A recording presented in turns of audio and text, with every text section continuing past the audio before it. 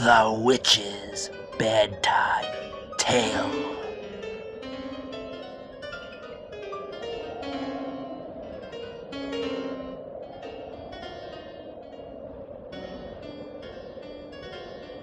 The fascination of the eerie, weird, blood-chilling tales told by old Nancy, Witch of Salem, and Satan, her wise black cat. They are waiting for you now.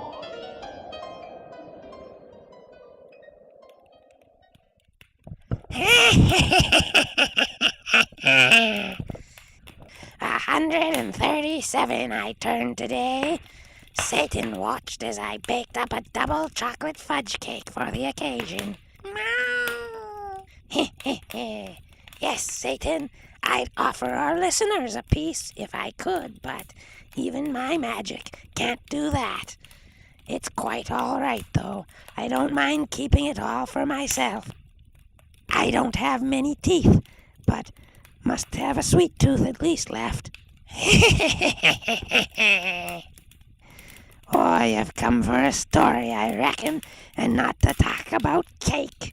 We has a good one for ye, yes, sir.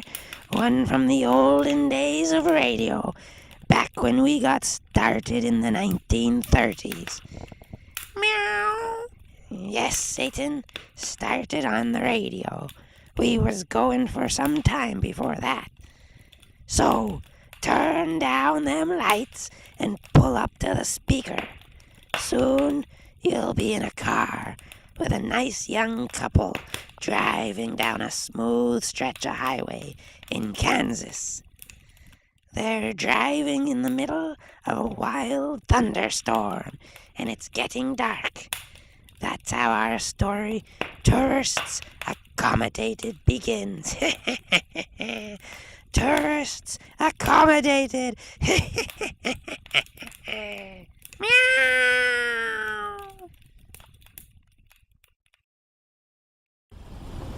Oh, Ken, we don't dare drive much longer in this rain. We're skidding all over the road. These old tires are so worn out, they just won't grip the road anymore. Gee, I hate to stop. I wanted to make at least another 100 miles tonight. I may find a job in Denver, the quicker we get there. We will make an extra 100 tomorrow, during daylight.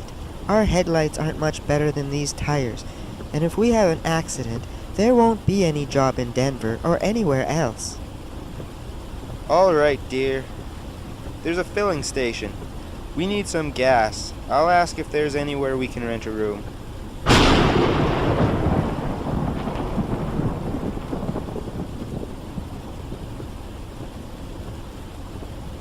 There it is. The sign says Tourists Accommodated on the gate, and the lights are on. Just as the man at the filling station said. But I thought he said left-hand side. Oh well. I'll drive up to the front door. Someone should come out and help with the bags. Funny, no one has come to meet us. At most places, they rush out when they hear a car drive up. I'll honk the horn. That should get some action. Ken, all the windows are covered with closed shutters. What? We saw glass with lights behind it. Look, we were fooled about the sign being lighted too.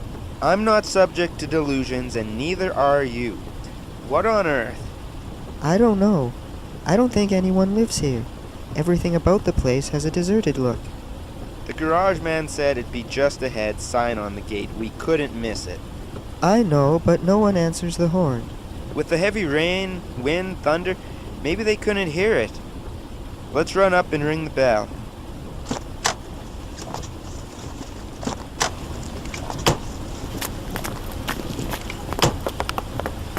It looks even more deserted up close. Here, I'll press the bell. You know I'm not crazy about the looks of this place. I guess anywhere is better than driving in the rain with that rundown car of mine, though. So would I. Dear, did you hear any sound inside when you pressed that buzzer? I didn't notice. Golly, there isn't any sound. I'll try knocking.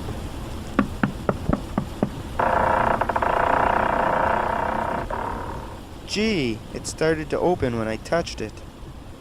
Everything is dark inside. Either no one lives here, or they're all asleep. I'm here, What? What? and I'm not sleeping. I beg your pardon. I didn't mean to open your door. It opened when I... That's all right. You are travelers who want a room? Yes, this is my wife. We'd like a room until morning. I accommodate tourists. Please come in. Thank you. Would you turn on a light first? I mean, I can't see anything beyond your door. I can hardly see you, other than a dark shadow. Lights? Yes, lights. There are some candles on the table here, if you've got a match. Haven't you any electricity? We haven't at present. You mean the power failed because of the storm? Yes, the power failed. It must have done so just as we drove up. We were sure we saw lights as we drove up. And the bell not ringing. You must have closed your shutters as well when we pulled in. The shutters have been closed a long time. Light a match and get those candles going, Ken. Spooky talking in here in near blackness. Don't you think so, Mrs. Parker? Of course, I'm sure you don't find your own house spooky. I have been here a long time in darkness. You have? Damn it, I don't have any matches. Here, I have a pack. Thanks. Now we'll light these candles. Oh, that's better. Oh. Goodness. You are disappointed in my house. You see it untidy and dusty. I am sorry, but I cannot help it. This hall looks like it hasn't been cleaned in years. I used to take such pride in my housekeeping. Everything was always so spick and span. I'm so ashamed. I lack the power. You've been sick, haven't you? Your face is so pale. I've been helpless. So helpless. Please don't think my place was always this way. The place is filthy, dear. We can't stay here. It's at least shelter, Ken, and I'm afraid to drive on. Please don't go away. I have a nice big airy sleeping room. You can have the best. Let's look at them, Ken. Oh, all right. And you won't go away? We will stay with you tonight. Mona, don't. I'm so glad. I'll call my son, and he will show you where to put the car. Your son? I thought that. Are you Miss Porter?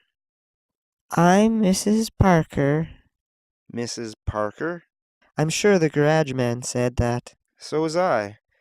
But he said a few things that don't correspond to the facts. I don't understand. Oh, it doesn't matter.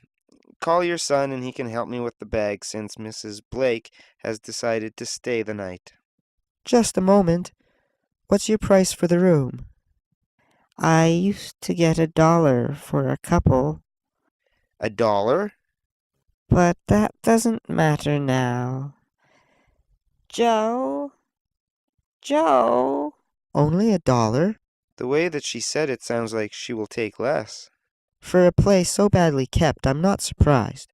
If it wasn't for the storm, I can't see anyone but the desperate staying here. I wouldn't stay here at all if it were up to me. I feel very sorry for that poor woman somehow. Sorry? For anyone who lives in a pig pen? Why should we stay here because you're sorry? I just feel we ought to stay here. I realize how silly I am. It's strange the place doesn't merely look dusty and neglected. It's as though nobody lived here at all. My son is coming to help you, mister. He will show you where to put your car. Let the car stay where it is. I'll get drenched moving it. But if you leave it in front of the door, he'll see it when he comes and be afraid to enter. He'll be afraid of my car. Who is he? Yes, who is he? The car must be moved. This is my son Joe. Oh, how do you do? I didn't hear you come in. You startled me. Me too. I'm sorry. I will show you where to move your car, sir. You are insisting I move because you're expecting someone who won't come in if he sees my car where it is. Yes, We're expecting him. he will come tonight at last. You're being rather mysterious about this late caller. Still, it's none of my business, I suppose. I'll move the car. My umbrella is in the back seat, dear. It will keep you from getting too wet. I'll show you where to put the car. Then come on.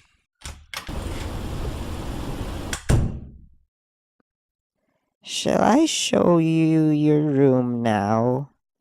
No, I'll wait until my husband comes back. Has your son been ill too? Ill? His face is so pale like yours, and you said... He has been helpless, as I have been. Oh, I'm sorry. It's awful to be helpless. I can imagine. What happened? Were you both in an accident? No, we're just helpless. I mean, what caused the illness? We were helpless then, and for so long after, but our helplessness is nearly at an end. You mean you're almost well? Tonight will change everything. Tonight? Oh, Ken. Yes, soaked to the skin.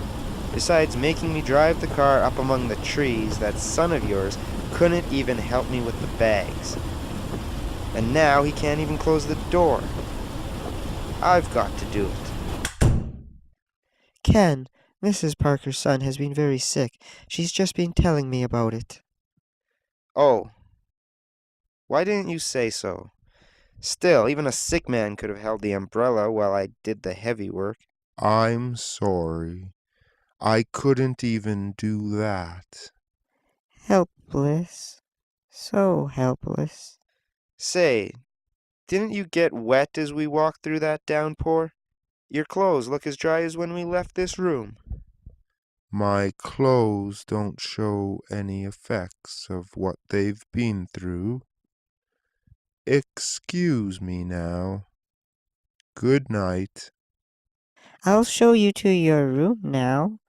Will you bring the candles, please? Yeah, of course. I'll get them. You handle the bags, Ken. Yes, dear. What did he mean his clothes don't show the effects of what they've been through?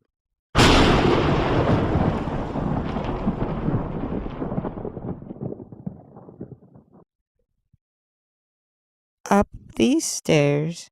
You first, young lady, and then you. I'll follow. All right. You may have any room, but the first at the end of the stairs is the best. It's mine. Oh, we wouldn't put you out of your own room. I don't sleep in it now. Open the door. Go on in.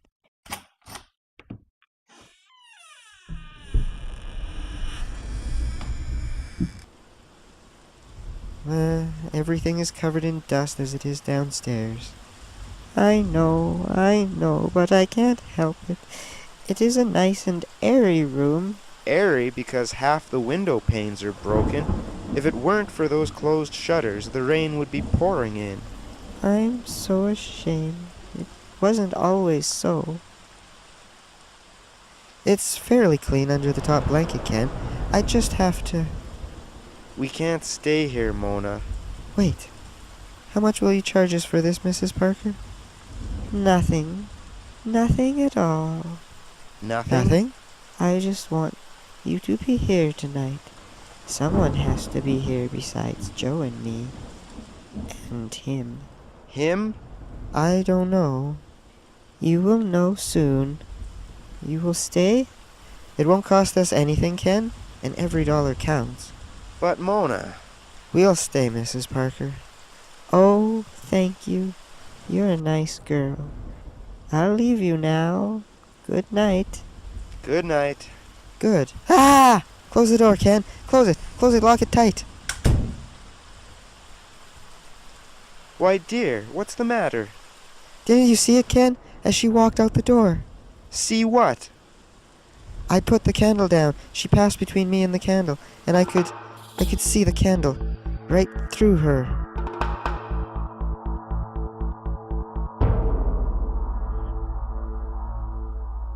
You couldn't have seen what you thought you did, sweetheart. You realize that now, don't you? Oh, of course. I couldn't have seen it. One can't see through solid objects. I'm sure Mrs. Parker, even as frail as she is, still is as solid as you and I. I'm ashamed of myself for being so hysterical about such a silly thing. For a moment I thought I'd die of fright. I was desperately afraid. You're all right now. It's this filthy old house that's giving you the willies. It would have my imagination going if I let it. It appears as though it should be, well, haunted. I'm almost sorry we stayed here, even to save $1.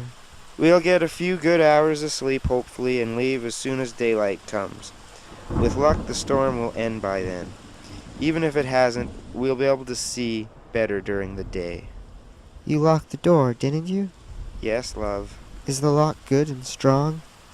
An iron bolt as big as my thumb.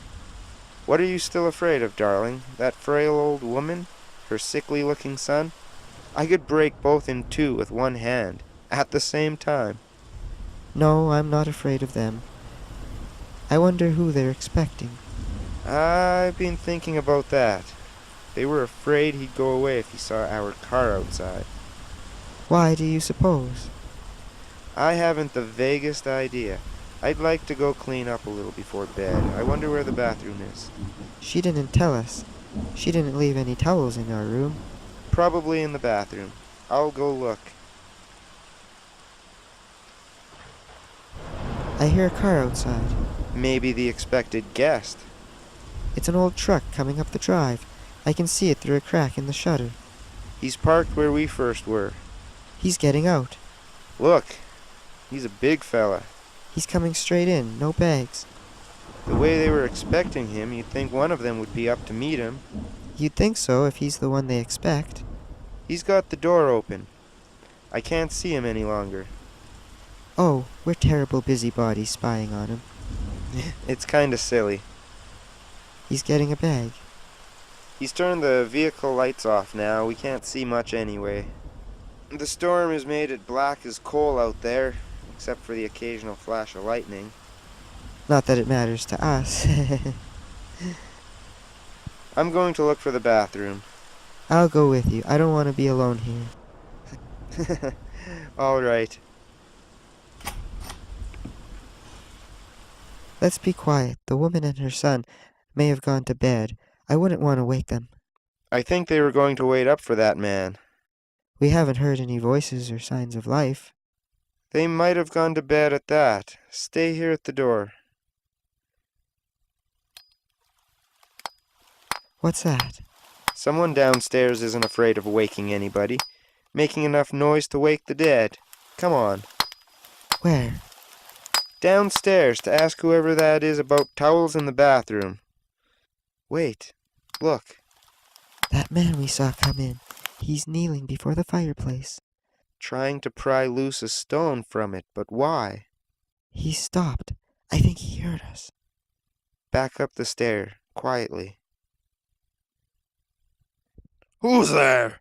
I see you. Don't point that gun at us. Don't shoot. Eh, You were waiting for me, eh? Thought I'd come back. Catch me with the goods at last.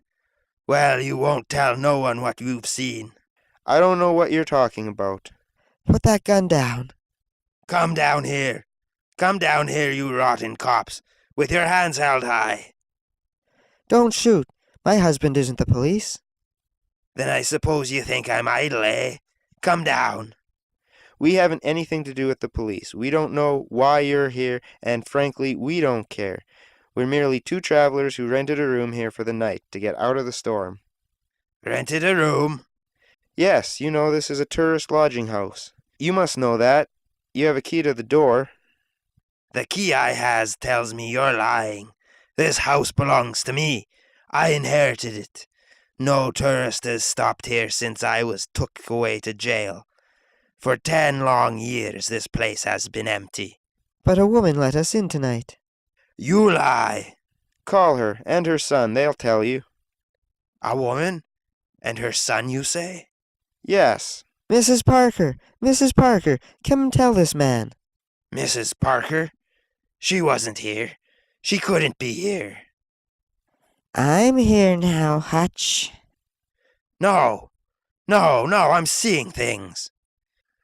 And I'm here too. Joe! We're not helpless now. And you finally come back to us. Keep away from me, both of you. I've got a gun. I'll shoot. We've got weapons, too. Your old weapons? She's got a butcher knife. And he has a bloody axe. No, keep away. Keep away. His bullets don't stop them. Don't come any closer. Ah! She's raising that awful knife. Ah! Joe is hitting him with the axe. Ah! They're killing him, hacking him to pieces. Don't look at him. Look at them. They're fading away. Fading from our sight, like ghosts. That's what they are, ghosts. Come away from this house. Yes, I must escape from this awful house.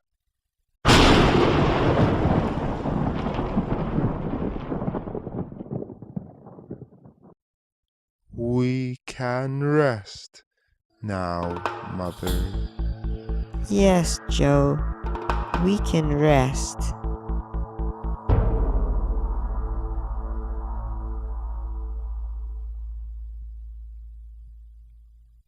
Well, Hutch Parker is there where you said I'd find him, Mr. Blake. But you can see for yourself there are no cuts or wounds such as an axe or knife would make on his body. I didn't expect there to be. Neither did I. What's your opinion of Hutch's demise, Doc? And no wounds on the body there that I can see. Near as I can say without doing an autopsy, his heart just stopped. It stopped from fear and chaos, as ours almost did when we realized what we'd seen. Sound-minded men like me and the Doc are pretty hard to convince a ghost killed Hutch, Mrs. Blake. I know, but we told you the truth about what we saw. Doc, are you as sober-minded as I think you are? Pretty much like you, Dan. Then let's be honest and confess to these young folks in confidence that we don't think their story's so crazy as it sounds. You believe that? We'll do political job, young man. Citizens expect things to make sense. But in confidence, sometimes things don't quite add up. I'll tell you the part of the Parker story you don't know. Lucy, whom you think you saw tonight, used to run a tourist rooming house here and prided herself in running one of the tidiest places in the state. She was the widow Stevens at the time I speak of, and changed her name to Parker a while later. Her son Joe was a trusted employee of the bank over in town. Hutch Parker drifted along one day, from no one knows where, met this widow woman with a nice home and income, talked himself into becoming her second husband. Once they got married, he didn't do a lick of work, and gossip was he and her and Joe didn't get along too well together. That went on for a couple years. Then, 10 years ago, Mrs. Parker and her son were found dead in their beds. Joe's head had been smashed in with an axe, and his mother stabbed to death with a butcher knife. They were killed in their sleep while helpless. Helpless. I recall how you had said what you had seen here had dwelt on that word, helpless. Hutch was immediately arrested for the crime, but there was a peculiar angle to the case. Joe had been in possession of $50,000 in negotiable bonds from the bank. He was supposed to close a deal with the morning he was found dead. Those bonds never could be located. The stone he was prying at in the fireplace. I found the bonds under that stone a minute ago, Mr. Blake, just before I called you and your wife into the conversation. Hutch had done a fine first-class job hiding them. The house had been searched from cellar to attic. Make a long story short, not finding the bonds kinda helped Hutch's case. He claimed burglars had killed his wife and stepson and gotten away with the bonds. Jury believed it and acquitted him. Would have walked scot-free if the police back in Ohio hadn't heard about his arrest and found his fingerprints match some old robberies. He got 10 years for those charges and was just released a few days ago. He hot-footed it back to this house where the bonds were hid, found Lucy and Joe waiting for him. They weren't so kind as the law had been, but, of course, they knew he was guilty. They made the punishment fit the crime. They couldn't open a door or light a candle, but they could kill. Mm-hmm. And they could also do you a good turn. And they did one for you. Good turn. Yep. Lucy and her son would have wanted those bonds returned to their rightful owner, which you brought about. The bank has kept a reward standing for $5,000 for their return. You mean we're getting $5,000? Yep. Ken! Mona! It will take a couple days to work out the details, but your claim is clear and you'll get the money. I'll see to it. In the meantime, I suggest you put up at Miss Potter's place. Miss Potter? Yeah, she runs a rooming house 3 miles down the road from here. First place on the left, with a tourist accommodated sign in front. You can't miss it. Sheriff, we never want to look at a sign like that again. Not even for $5,000.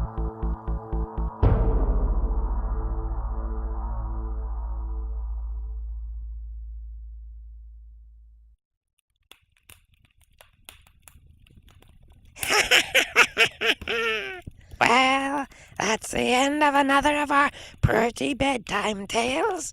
Hope you enjoyed it and that you're going to come back and visit Satan and me here in our cozy little house by the cemetery.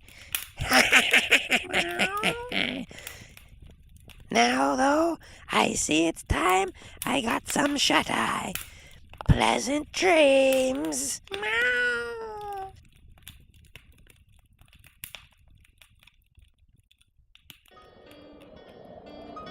Tonight's episode, Tourists Accommodated, written by Alonzo Dean Cole. Our cast tonight was only Kevin Rimney. Copyright 2017, Kevin Rimney Productions.